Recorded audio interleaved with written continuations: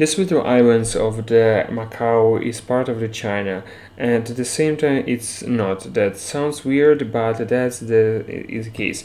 More than the later, it has GDP per capita $115,000, which makes it over the top three wealthiest countries in the world. That competed to be the top of the list every year. The country is so small that you will hardly find out on the map, but has police, a different currency, and the independent government, at least for now. But Macau hasn't always been that rich. For the most history, it was one of the poorest places in the world, and no, it didn't suddenly discover resources under the feet like some of the other nations, but built all of those skyscrapers and diversity its economy and puts its name on the map. It has taken the completely different path than made Macau so rich that the government didn't know what to do with all of the money they have collected. So they just started distributing that cash to the average people. Imagine receiving the few $1,000s a check every year just for being the citizen. It sounds like the fairy tale story, but it's not. Even oil-rich countries would envy them. So let's try to figure out how exactly this tiny country achieved such incredible success gambling. What is the gambling capital of the world? Most people would say Las Vegas. That's what it's known for. But Macau, that it's 10 times smaller than Vegas, now earns 5 times more than Vegas from the gambling games. Surprised? Well, listen to this. It surprised Vegas back in 2006 and stripped the title of the gambling capital of the world. Sometimes it's also known as the Las Vegas of Asia. It's weird because why would you name the Las Vegas of Asia when it's bigger than the Vegas? Maybe Las Vegas should be called the Macau of Asia. Whatever. Gambling is Macau's biggest source of revenue, making it almost 50% of the economy. You see, when you have the country China with the population of the 1.4 billion people, where gambling is entirely illegal, you will have millions of the people coming to the neighborhood states where gambling is legal. Macau. For the last 50 years, China has been growing exponentially and its media class rose dramatically. 800 people were lifted out of poverty, and the largest middle class was born. And when people have too much money to spend, they began to think irrationally and spent it on the gambling and the closest destination in Macau. But it's not only China. If you look around, Japan, Vietnam, Taiwan are also places where gambling is completely illegal. So Macau remains the only options for the hundreds of the millions people. With over 40 casinos is just the place to go. But here in the main questions, why did the government bet on gambling? Why haven't they focused on developing other industries, tech, finance, especially when the gambling is illegal in the most parts of the world? How did they manage to make their gambling industry so successful that it becomes even wealthier than the oil-rich countries? Well, before we answer these questions, we have to look at the history first. Background about Macau is Macau's a country. Macau was the birder fishing village with the population of about 400 before the Portuguese arrived in the 16th century. Unlike today, back then Portugal was the powerful empire with empire and it was trading with the rest of the world. Well, not as powerful as the British, but they had trading hubs in every corner of the world, and Macau was to become one of those trading hubs. The place where Chinese and Portuguese merchants would come together to trade.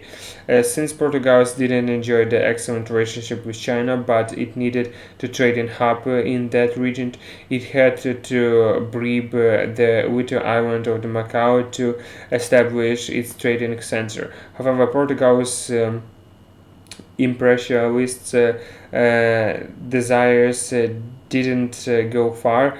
It started to decline as the world powerful by the 17th century. So Macau positions as the major regional trading center dropped it as well, especially when the Chinese landed Hong Kong to the British, and it became the major trading city, making Macau less relevant. You know what movement when your big brother takes all the attentions? Macau tried to develop different industries, but it never recovered from the losing its positions as the regional trading center. Things were getting worse, and by the 1920s, fishing re-emerged as the dominant economic activity, since that was the only options they were left with.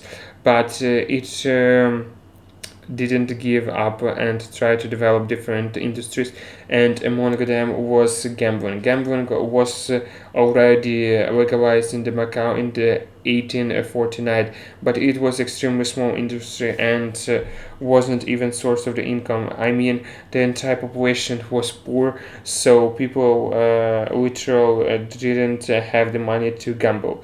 However, the government realized the potential growth it could generate from this industry, so it didn't give it up and was eager to develop and began to invest heavily.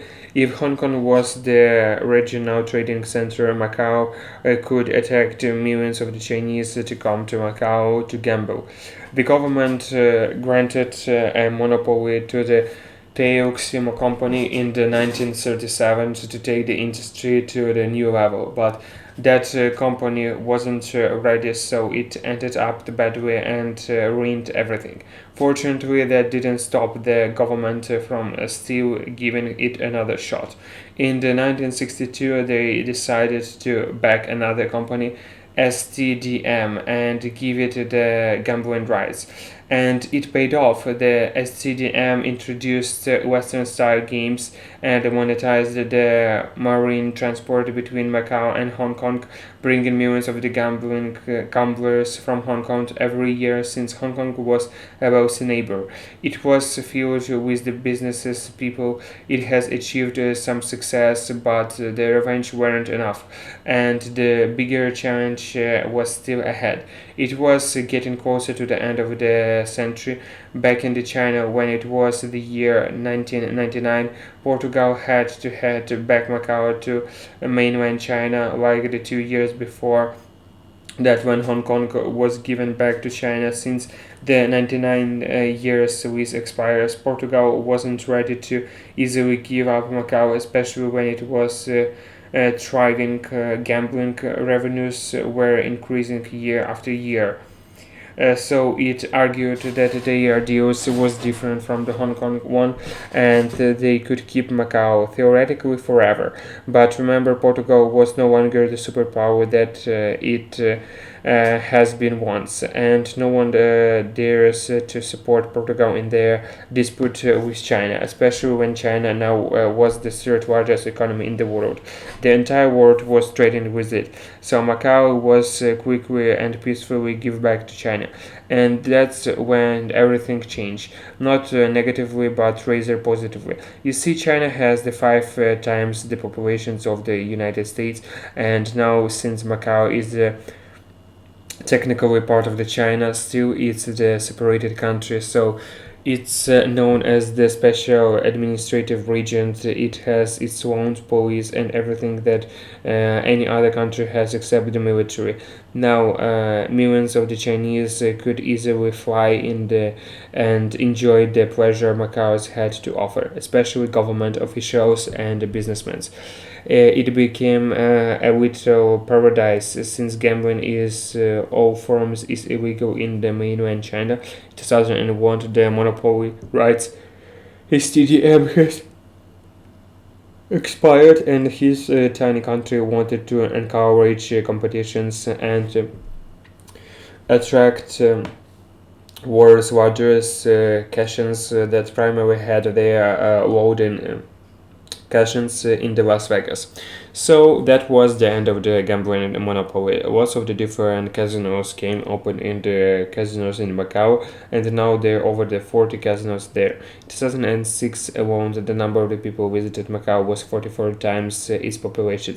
So, for one single reason, gambling, and a year later, for the first time, it's surpassed Las Vegas and became the largest casino revenue in on the face of the earth. But gambling isn't Macau's only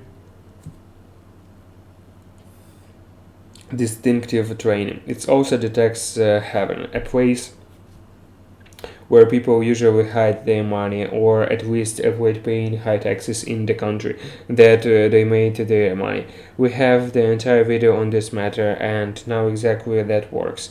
The link will be in the descriptions. Lower taxes always attract investors, especially when you have the stable currency, political autonomy. It will separate executive, legitimate, and judicative powers. Capital gains and corporate income are taxed at significantly lower rates than the European nations and the United States at the rate of only 12% it corporatives even after the Trump's massive tax cut.